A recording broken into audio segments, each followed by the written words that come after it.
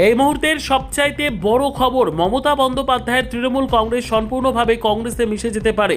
মমতা বন্দ্যোপাধ্যায় এবং অভিষেককে কংগ্রেসের আহ্বান রাহুল সোনিয়ার। তৃণমূলকে কংগ্রেসে মিশিয়ে 28 বছর পর আবার হাত শিবিরে ফিরছেন মমতা বন্দ্যোপাধ্যায়।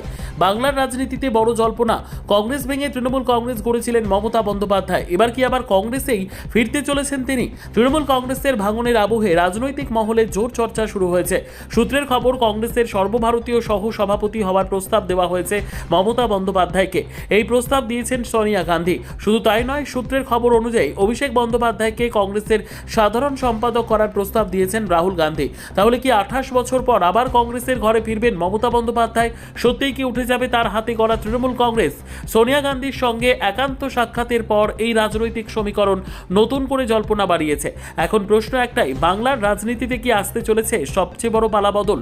সত্যিই যদি তাই হয়ে থাকে, তাহলে বাংলার মাটিতে যে সমস্ত কংগ্রেস নেতারা রয়েছেন তারা কি মমতা বন্দ্যোপাধ্যায়কে মেনে নিতে পারবেন?